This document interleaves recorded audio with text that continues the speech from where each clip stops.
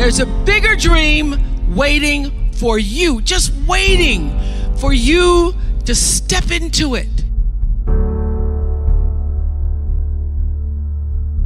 Everything you try to do is already done. So when I figured that out, what I'm putting out is what's coming back, let me get real clear about what it is I'm putting out.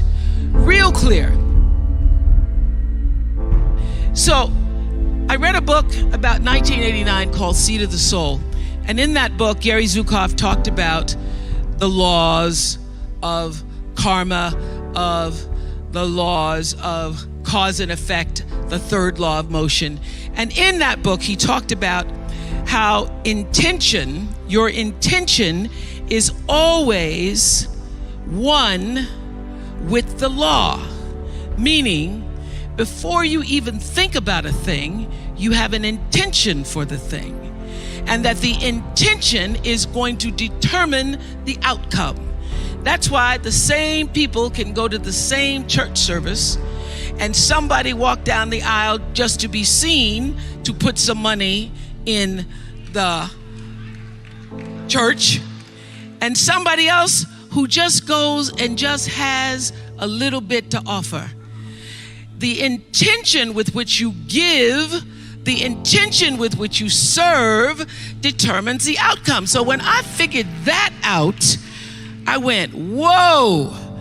I changed everything I did on my show. I called in the producers and I said, from this day forward, I will no longer be speaking to the KKK. I will no longer be speaking to people who are fighting each other in a way that it is damaging to the character of myself and other people who watch. From this day forward, I am only going to do intentional television.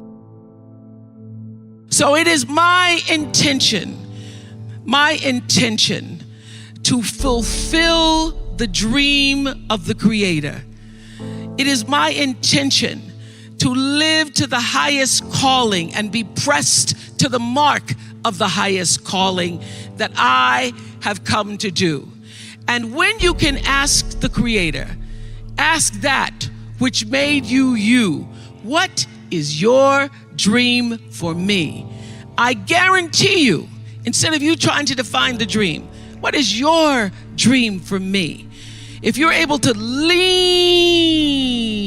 into the dream that the universe and all the forces of light and love and power and grace by all the names that we call God has for you, nobody can touch you.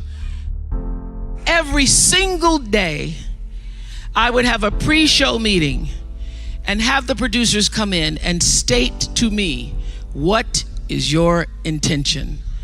How do we want to use whoever is on this show, whatever is happening on this show, to serve the audience in a way that fulfills the mission of uplifting, enlightening, encouraging, as well as entertaining. And if it doesn't do that, then I can't do it. There's a bigger dream waiting for you, just waiting for you to step into it. To step into it. Your life is big. Your life is huge. And we spend so much time wanting to be in somebody else's life. And you don't get honored, you don't get revered, you don't get celebrating wanting what somebody else has, because that which created you, divine intelligence that dreamed you from before your ancestors ever knew they would become your ancestors, that which dreamed the seed of you, wants you to know how special, how wondrous, how mysterious, how complex, how glorious, how phenomenal you are. And you get no credit messing in somebody else's territory or trying to have power over something you have no control. Another one of my favorite teachings is The Wizard of Oz. When the Wicked Witch of the West says, go away from here because you don't have any power here, you have no power in any territory other than your own. Oh, but you are the master of that. You get to be the master of your own fate.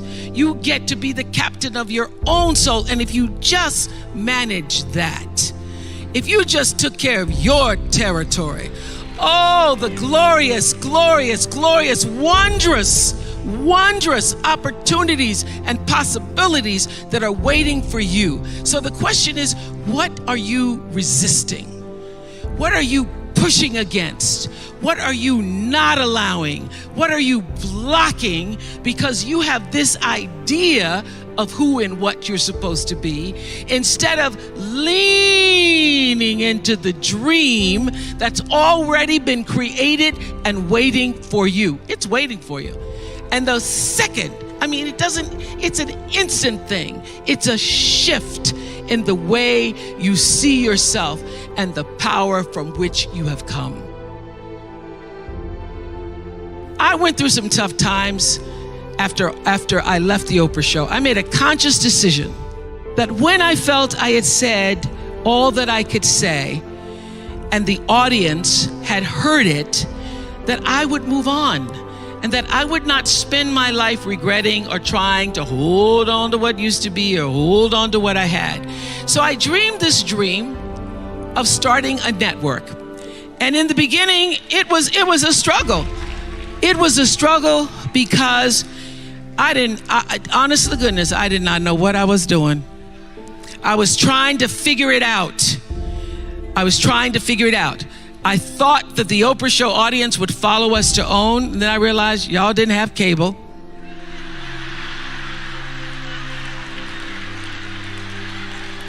And if you had cable, you did not have the OWN package. So it took me a minute. And unlike most people who you get to have your mistakes in private, some don't go right in your life, you get to sulk about it in private. If I make a mistake, it's on the CNN crawl or the CNN news. So when I was in the climb and there were so many wonderful owners, I see Churl Action Jackson here. There were so many wonderful owners, people who said, oh, we're gonna stand with you. We're gonna stand by you. Thank you, Roland Martin. There were so many people who said, listen, we believe that this can happen. So I dreamed the dream along with Tyler Perry, who was my friend, who came to me and said, Tyler said, I'm gonna help you out, because Tyler can go home and write a script and direct it, produce it, and shoot it, and do it for less money than anybody in Hollywood. So we started with the foundation of have and have nots.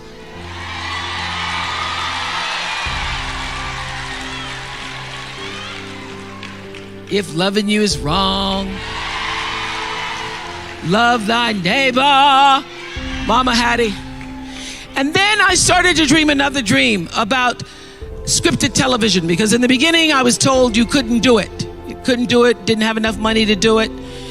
And I dreamed the dream.